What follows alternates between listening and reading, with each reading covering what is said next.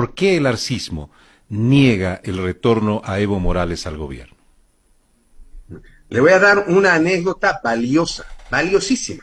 Mire usted, Raúl, yo era viceministro del régimen interior porque obviamente gozaba y cuento con un respaldo de nuestra militancia. Muchos hermanos que creen en mi causa, creen en mi lucha, creen en mi honestidad. Sin embargo, cuando llega al Ministerio de Gobierno la información de que Manfred Reyes Villa tenía un mandamiento de cumplimiento de una sentencia condenatoria ejecutoriada para que vaya a la cárcel, una sentencia condenatoria ejecutoriada para que vaya a la cárcel por corrupción, porque es un corrupto declarado, no le estoy yo haciendo ningún daño, es un corrupto declarado sentenciado. Inmediatamente llega el mandamiento, yo como viceministro me noticia el comando departamental e informo que hay que ejecutar el mandamiento. El ministro de Gobierno del Castillo, conocido como Sonia, ¿qué me dice? No van a ejecutar ese mandamiento. Y yo preocupado le digo, ¿y por qué? ¿Cómo vamos a ocultar ante la prensa? Yo pensando que ahí había medios de comunicación imparcial, le digo, ¿y qué pasa si la prensa se entera que estamos con un mandamiento que no se va a cumplir y que la policía teniendo el mandamiento de condena a la cárcel, no lo ejecuta porque está en nuestro poder? Tú di que no está en conocimiento y no está en nuestro escritorio y no conocemos. Total, alguna acción constitucional siempre van a interponer.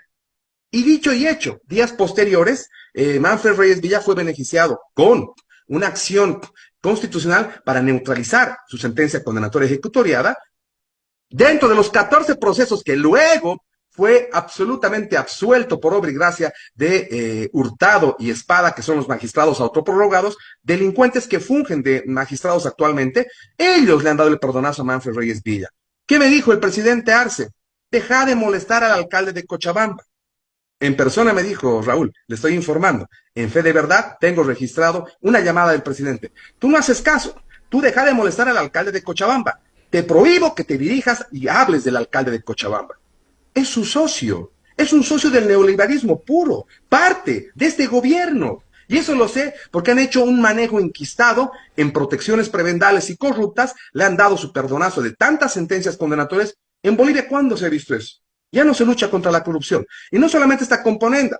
Cuando existía el proceso contra Camacho en su momento, no querían impulsar desde el Ministerio de Gobierno. Entonces, los actores aparentemente de derecha son socios de este gobierno. Y en esa lógica, usted verá los voceros, desde Carlos Mesa, Tuto Quiroga, Samuel Dorre Medina y todos los demás, todos quieren que Evo Morales no sea presidente. No tiene derecho a la reelección, dicen. No, en este momento él está plenamente habilitado. La opinión consultiva de la Corte Interamericana le permite estar a él absolutamente habilitado. Va a ser nuestro candidato del Bicentenario, es nuestro presidente del MAS y PSP, y eso no quiere. ¿Por qué no quieren? Porque el único que ama a la patria, que tiene políticas públicas de justicia social, de equidad, de un equilibrio en el manejo de la cosa pública, es Evo Morales. Los demás tienen el mismo manejo del neoliberalismo puro, venden, distribuyen, encubren la corrupción y esas dinámicas solo les hacen enriquecer a los más jugosos políticos en este momento y del gobierno quienes están teniendo actos delincuenciales de cuello blanco. Por eso tengo una situación comprobada de lo que es el manejo en contubernio de este gobierno con actores que son de una derecha clásica, sin embargo, son mucho más próximos en sus anhelos de ambición y de corrupción con el presidente traidor y el vicepresidente traidor. En función de lo que usted nos dice, y muy sensible, muy delicado, usted dice, tengo un registro de llamada del presidente ¿Sí? Luis Arce. Es decir, el presidente protege, es aliado de Manfred Reyes Villa. ¿Usted hace Sí, ver así? claro que sí, me consta, porque no querían que se ejecute el mandamiento, sabían que se le iba a proteger con mecanismos constitucionales que no son idóneos, no son legítimos, no son constitucionales. Me habían prohibido, no te refieras, no le ataques, no le molestes.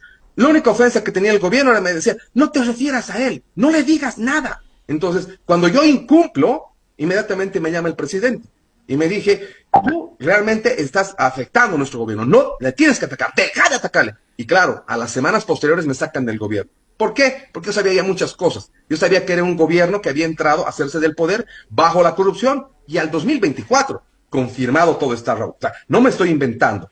No se lucha contra la corrupción, es un ministerio inexistente, no hay políticas de lucha contra la corrupción, no hay Contraloría que controle los recursos del Estado, dejan hacer, dejan pasar, el único al gobernador de Potosí por las ambulancias le molesta.